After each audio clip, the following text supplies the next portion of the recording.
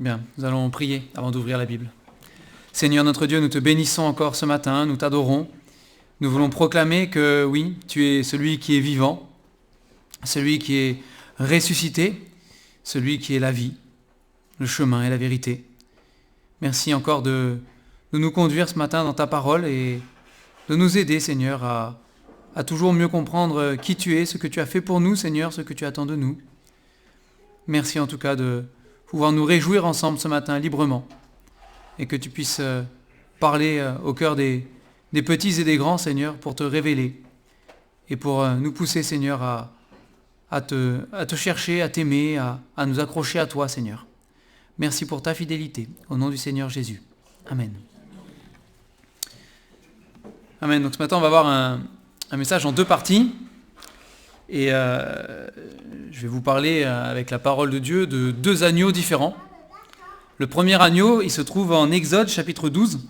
Si vous voulez ouvrir vos Bibles avec moi. Exode chapitre 12. On va lire les 14 premiers versets. Exode chapitre 12, je vous rappelle que dans ce contexte-là, le peuple d'Israël est esclave en Égypte. Et que pour forcer le cœur et le bras de Pharaon, pour qu'il laisse son peuple sortir d'Égypte, eh bien Dieu va envoyer Moïse à Aaron parler au Pharaon et il va envoyer une série de plaies qui vont frapper l'Égypte, jusqu'à ce que Pharaon cède enfin, même si après il y a un revirement, mais il va céder quand même. Dieu aura le dernier mot. Pharaon va céder enfin, et on est ici à la 10e plaie, la dernière plaie, où Dieu dit qu'il va faire s'abattre sur l'Égypte une plaie sans précédente, où tous les premiers-nés, animaux et humains, vont mourir. Il va passer dans la nuit et frapper de mort tous les premiers-nés d'Égypte. Alors il y a une exception, et on va lire ensemble ce chapitre 12, le début du chapitre 12. Donc Exode 12 à partir du verset 1. L'Éternel dit à Moïse et à Aaron dans le pays d'Égypte, « Ce mois-ci sera pour vous le premier des mois. Il sera pour vous le premier des mois de l'année. Parlez à toute l'assemblée d'Israël et dites, le 10e jour de ce mois, on prendra un agneau pour chaque famille, un agneau pour chaque maison. Si la maison est trop peu nombreuse pour un agneau, on le prendra avec son plus proche voisin selon le nombre de personnes. Vous compterez pour cet agneau d'après ce que chacun peut manger. Ce sera un agneau sans défaut, mâle, âgé d'1 an. Vous pourrez prendre un agneau ou un chevreau. Vous le garderez jusqu'au 14e jour de ce mois, et toute l'assemblée d'Israël l'immolera entre les deux soirs. On prendra de son sang, et on en mettra sur les 2 poteaux et sur le linteau de la porte des maisons où on le mangera. Cette même nuit, on en mangera la chair rôtie au feu. On la mangera avec des pains sans levain et des herbes amères. Vous ne le mangerez point à demi-cuit et bouilli dans l'eau, mais il sera rôti au feu avec la tête, les jambes et l'intérieur. Vous n'en laisserez rien jusqu'au matin, et s'il en reste quelque chose le matin, vous le brûlerez au feu. Quand vous le mangerez, vous aurez vos reins sains, vos souliers aux pieds et votre bâton à la main, et vous le mangerez à la hâte. C'est la Pâque de l'Éternel.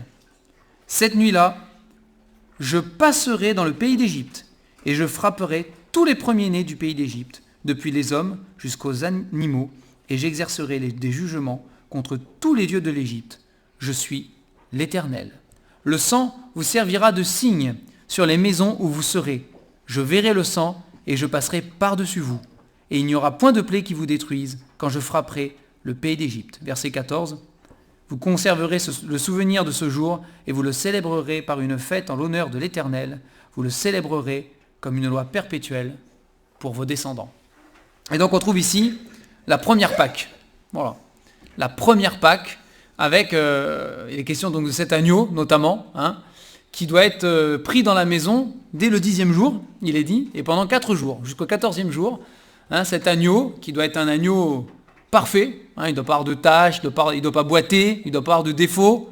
Ça va être l'agneau parfait, tout pur là, voilà, tout mignon aussi, j'imagine que c'est très mignon. Là en l'occurrence. Et il devait rester dans la maison pendant 4 jours.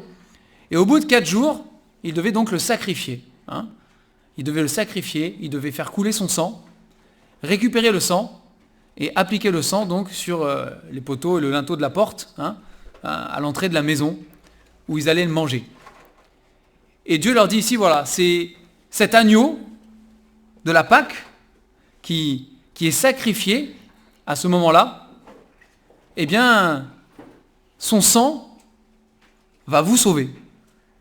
Il va vous sauver de la plaie qui va tomber sur l'Égypte. Et dans toutes les maisons en Égypte, à cette époque-là, dans toutes les maisons où ils ont obéi, où ils ont observé ce que Dieu avait dit, où ils ont pris cet agneau, où ils l'ont sacrifié, où ils ont mis le sang sur les poteaux, le linteau, hein, dans toutes ces maisons-là, quand la plaie a frappé l'Égypte, ces maisons-là ont été épargnées.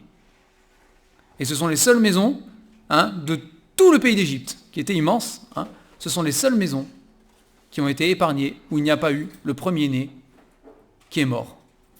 Tous les autres, la plaie les a frappés. Hein. Mais eux ont pu échapper au jugement parce qu'ils ont cru. Ils ont cru ce que Dieu avait dit et ils ont mis en application ce que Dieu avait dit. Et bon, on ne va pas rentrer dans les détails là trop compliqués, mais il y a tout un enseignement quand même derrière où Dieu dira après à Israël, vos premiers-nés, maintenant ils m'appartiennent. Ils sont à moi. Parce qu'ils auraient dû mourir. Ils auraient dû être frappés comme tous les autres par la plaie, mais je vous ai donné le moyen, par le sang de l'agneau, je vous ai donné le moyen pour qu'ils vivent. Et donc, ils m'appartiendront. Ils m'appartiendront. Mais c'est ce sang qui a coulé de cet agneau qui a sauvé ses premiers-nés à l'époque. Et c'est le premier agneau de Pâques, hein, ici. Enfin, il y en a eu plusieurs, puisqu'il y avait autant d'agneaux que de maisons, ou parfois ils étaient à 2 parce qu'il n'y avait pas assez de personnes dans une maison. Hein. Mais voilà, c'est cet agneau-là est celui qui leur a permis d'échapper à la plaie.